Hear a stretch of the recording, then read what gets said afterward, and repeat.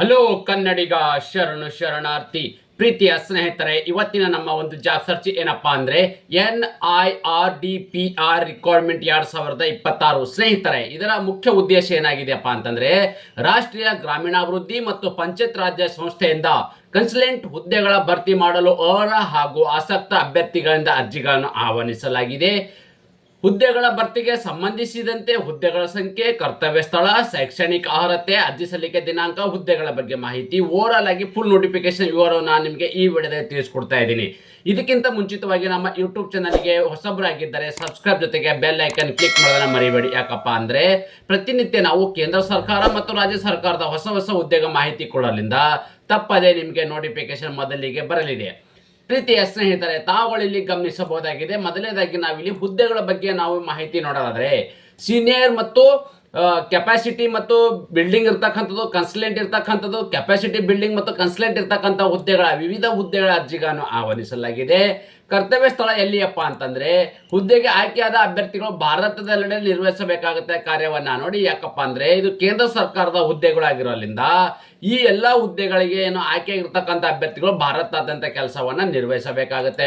ಅದೇ ರೀತಿ ಖಾಲಿ ಇರ್ತಕ್ಕಂಥ ಹುದ್ದೆಗಳ ಸಂಖ್ಯೆ ಎಷ್ಟು ಅಂತಂದ್ರೆ ಒಟ್ಟು ಇಲ್ಲಿ 98 ಹುದ್ದೆಗಳ ಅರ್ಜಿಗಳನ್ನು ಆಹ್ವಾನಿಸಲಾಗಿದೆ. ಎಷ್ಟಿರ್ತಕ್ಕಂಥ ಭಾರತಾದ್ಯಂತ ಕರೆದಿರ್ತಕ್ಕಂಥ ಹುದ್ದೆಗಳು ಕರ್ನಾಟಕ ಸೇರಿದಂತೆ ಭಾರತಾದ್ಯಂತ 98 ಹುದ್ದೆಗಳ ಅರ್ಜಿಗಳನ್ನು ಆಹ್ವಾನಿಸಲಾಗಿದೆ. ಅದೇ ರೀತಿ ಯಾವೆಲ್ಲ ಒಂದು ಹುದ್ದೆಗಳು ಕರೆದಿದ್ದಾರೆ ಆ ಹುದ್ದೆಗೆ ಅನುಗುಣವಾಗಿ ಇರ್ತಕ್ಕಂಥ ಹುದ್ದೆಗಳ ಸಂಖ್ಯೆ ಎಷ್ಟು ನಾವು ಕೂಲಂಕುಷವಾಗಿ ಮಾಹಿತಿ ನೋಡೋದಾದ್ರೆ ಸೀನಿಯರ್ ಮತ್ತು ಕೆಪಾಸಿಟಿ ಬಿಲ್ಡಿಂಗ್ ಕನ್ಸಲ್ಟೆಂಟ್ ಇರ್ತಕ್ಕಂಥ 10 ಹುದ್ದೆಗಳಿದ್ದಾರೆ.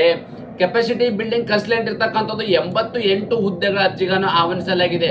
ಒಟ್ಟಾರೆಯಾಗಿರ್ತಕ್ಕಂಥ ಹುದ್ದೆಗಳು 98 ಇರಲಿದೆ.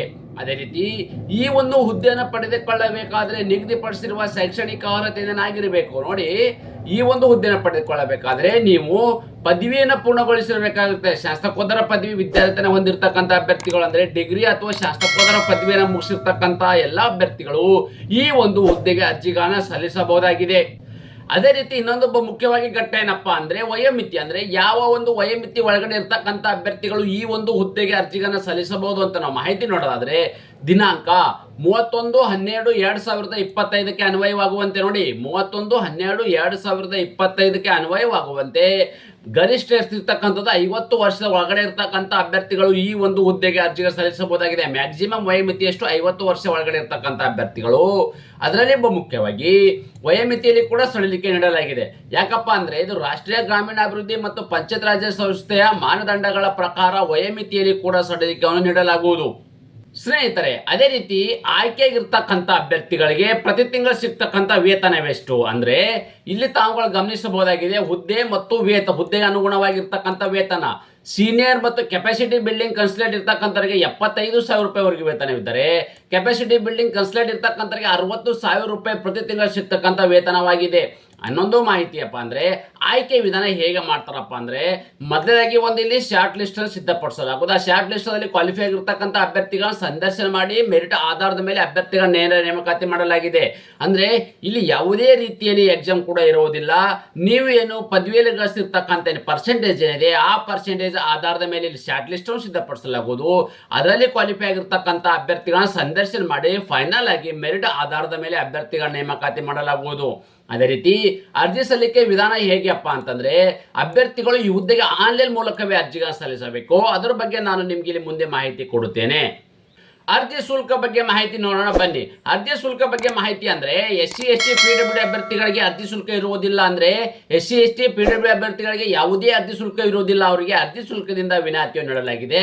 ಉಳಿದೆಲ್ಲ ಅಭ್ಯರ್ಥಿಗಳಿಗೆ 300 ರೂಪಾಯಿ ಅರ್ಜಿ ಶುಲ್ಕವಿದೆ. ಆದ್ರೆ 300 ರೂಪಾಯಿ ಅರ್ಜಿ ಶುಲ್ಕವನ್ನು ಯಾರಿಗಿದೆಯಪ್ಪ ಅಂದ್ರೆ OBC ಮತ್ತು ಜನರಲ್ ಕ್ಯಾಟಗರಿ ಸಂಬಂಧಪಟ್ಟ ಅಭ್ಯರ್ಥಿಗಳಿಗೆ 300 ರೂಪಾಯಿ ಅರ್ಜಿ ಶುಲ್ಕವಿದೆ. ಅದೇ ರೀತಿ ಈ 300 ರೂಪಾಯಿ ಅರ್ಜಿ ಶುಲ್ಕವನ್ನು ಹೇಗೆ ಪಾವತಿಸಬೇಕಪ್ಪ ಅಂದ್ರೆ ನೀವು ಆನ್ಲೈನ್ ಅಪ್ಲಿಕೇಶನ್ ಹಾಕಬೇಕಾದ್ರೆ debit card, credit card, net banking, PhonePe, Google Pay ಮುಖಾಂತರ ಈ ಒಂದು ಅರ್ಜಿ ಶುಲ್ಕವನ್ನು ನೇರವಾಗಿ ನೀವು ಪಾವತಿಸಬಹುದಾಗಿದೆ.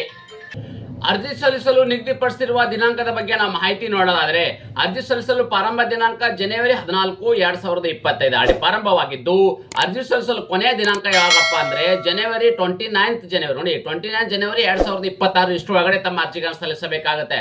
ಅದಕ್ಕಿಂತ ಮುಂಚಿತವಾಗಿ ಏನಪ್ಪಾ ಅಂದ್ರೆ ಫುಲ್ ನೋಟಿಫಿಕೇಶನ್ ಬಗ್ಗೆ ನಿಮಗೆ ಇಲ್ಲಿ ವಿವರವನ್ನು ನಾಡಿ ಕೊಟ್ಟಿದ್ದೇನೆ. ಟೆಲಿಗ್ರಾಮ್ ಮತ್ತು ವಾಟ್ಸ್ಆಪ್ ಚಾನಲ್ ಕೂಡ ಜಾಯ್ನ್ ಆಗಿ ಅಲ್ಲಿ ಕೂಡ ಒಂದು ರಾಜ್ಯ ಸರ್ಕಾರ ಮತ್ತು ಕೇಂದ್ರ ಸರ್ಕಾರದ ನೇರವಾಗಿ ನೀವು ಅಪ್ಡೇಟ್ ಅನ್ನ ಪಡೆಯಬಹುದಾಗಿದೆ.